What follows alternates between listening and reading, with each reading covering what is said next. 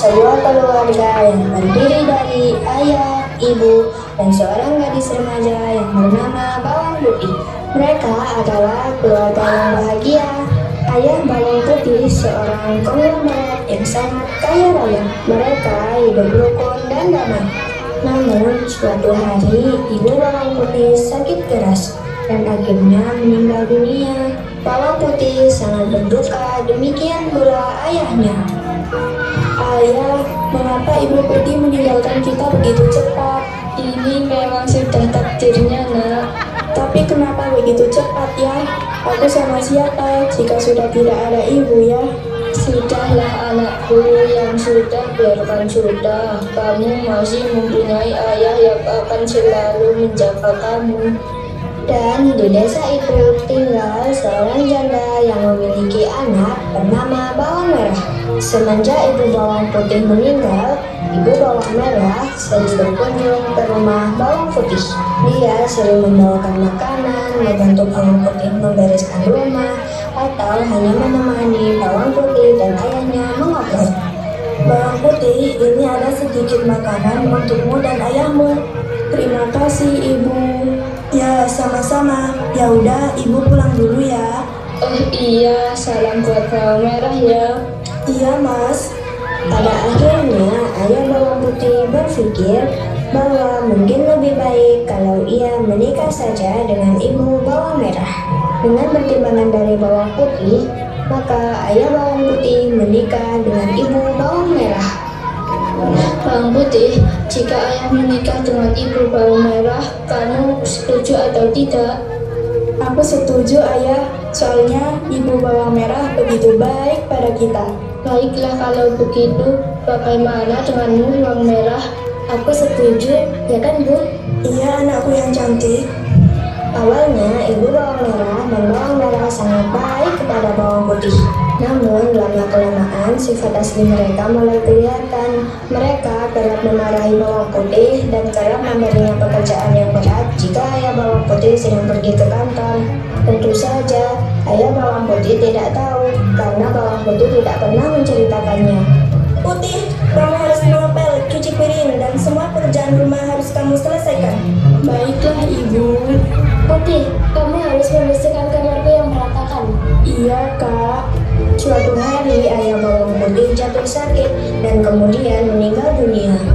Bawang Putih, sepertinya ayah sudah tidak kuat lagi karena penyakit ayah yang hampir menyebar ke seluruh tubuh ayah.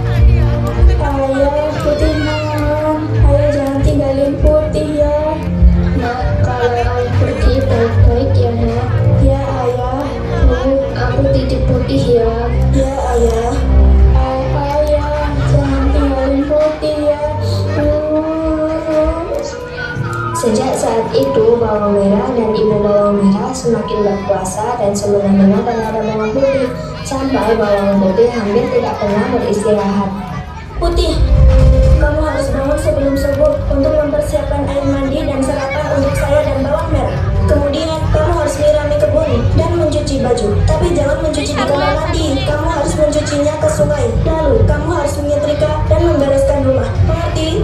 Mengerti, Ibu. Namun, Bawang Putih selalu melakukan pekerjaannya dengan gembira karena ia berharap suatu saat ibu tirinya akan mencintainya seperti anak kandungnya sendiri. Pagi itu, seperti biasa, Bawang Putih membawa bakul berisi pakaian yang akan dicucinya di sungai. Dengan bernyanyi kecil, dia menyusuri jalan setapak di pinggir hutan kecil yang biasa dilaluinya. Hari itu, cuaca sangat cerah. Bawang Putih segera mencuci semua pakaian kotor yang dibawanya. Saking terlalu asyiknya, Bawang Putih tidak menyadari bahwa salah satu baju ibu tirinya hanyut terbawa arus. Celakanya, baju yang hanyut adalah baju kesayangan ibu tirinya. Ketika menyadari hal itu, Bawang Putih mencoba menyusuri sungai untuk mencarinya. Aku harus bisa menemukan baju ibu, karena itu adalah baju kesayangan ibu. Namun, Bawang Putih tidak berhasil menemukannya. Dengan putus asa, dia kembali ke rumah dan menceritakan kepada ibunya. Bu, maafkan Putih, baju ibu hanya terbawa arus. Apa? Dasar ceroboh. Aku tidak mau tahu. Pokoknya, kamu harus mencari baju itu. Dan jangan berani pulang ke rumah kalau kamu belum menemukan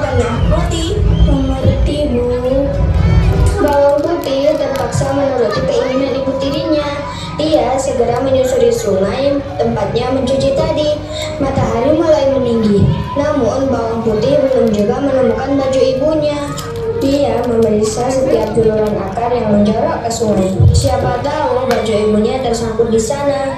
Setelah matahari sudah condong ke barat, bawang putih melihat Pak Tani hendak pergi ke kebun. Pak, Ya nak, ada apa? Pak, apakah Bapak melihat baju merah yang hanyut lewat sini? Karena saya harus menemukannya dan membawanya pulang.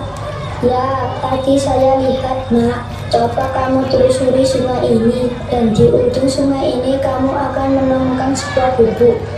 Di situ ada seorang nenek-nenek, pasti dia yang mengambil pakaian yang kamu cari nak. Baiklah Pak, terima kasih. Sama-sama nak. Hari sudah mulai gelap. Bawang putih mulai putus asa. Sebentar lagi malam akan tiba. Dari kejauhan nampak cahaya lampu yang berasal dari sebuah gubuk tepi sungai. Apakah itu gubuk yang tadi Pak Tani katakan? Bawang putih segera menghampiri rumah itu dan mengetupnya. Permisi, Siapa kamu nak? saya Bawang Putih Nak. Tadi saya sedang mencari baju ibu saya yang hanyut dan sekarang kemalaman. Bolehkah saya tinggal di sini malam ini? Iya, tadi baju itu tersangkut di depan rumahku. Sayang, padahal aku menyukai baju itu. Baiklah, aku akan mengembalikannya. Tapi kau harus menemaniku di sini selama 1 minggu. Sudah lama aku tidak ngobrol dengan siapapun. Bagaimana nak? Baiklah Nek, saya akan menemani nenek selama seminggu. Asalkan nenek tidak bosan saja denganku. Selama seminggu, bawang putih tinggal bersama nenek itu. Setiap hari, bawang putih membantu mengerjakan pekerjaan rumah nenek. Tentu saja nenek merasa senang. Hingga akhirnya genap sudah seminggu, nenek pun memanggil bawang putih.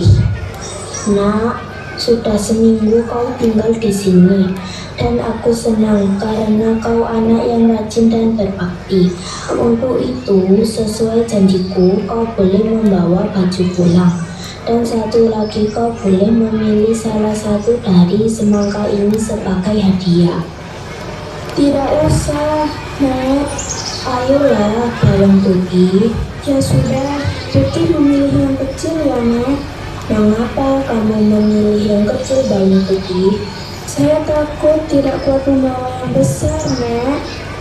Hehehe. Terima kasih ya, Nek. Bawang Putih pamit dulu. Sesampainya di rumah, bawang putih menyerahkan baju merah milik ibu tirinya. Ibu, ini bajunya. Gembel, apa itu yang kamu bawa? Iya, apa itu yang kamu bawa, Putih? Ini semangka, Ibu. Sini semangkanya. Merah, jangan. Karena dibanting bawang merah, semangka itu pun terbelah. Bawang merah dan ibunya langsung berteriak bahagia dan terheran-heran. Mereka pun bertanya kepada bawang putih. Gembel, kamu dapat emas dan permata ini dari mana? Iya, dari mana kamu dapat? Aku mendapatkan semangka ini Dari mana? waktu itu aku mencari baju ibu hanyut terbawa arus. Kemudian kemalaman menginap di rumah nenek pinggir sungai dan aku disuruh untuk menemaninya selama seminggu. Setelah genap seminggu, aku diberi hadiah ini. Setelah mendengar cerita bawang putih, bawang merah pun berencana untuk melakukan hal yang sama. Tapi kali ini bawang merah yang akan melakukannya. Bawang merah, kamu harus melakukan apa yang dilakukan oleh anak sialan itu. Baiklah ibu. Kalau begitu, besok pagi kamu harus pergi ke sungai. Baik bu. Keesokan harinya, bawang merah pun menghanyutkan bajunya ke sungai. Setelah itu, dia sampai di rumah nenek. Nek, tahu ada tidak baju yang hanyut tadi? Nenek tahu, tapi kamu harus menginap di sini selama seminggu. Baiklah. Selama seminggu itu, bawang merah selalu bermalas-malasan.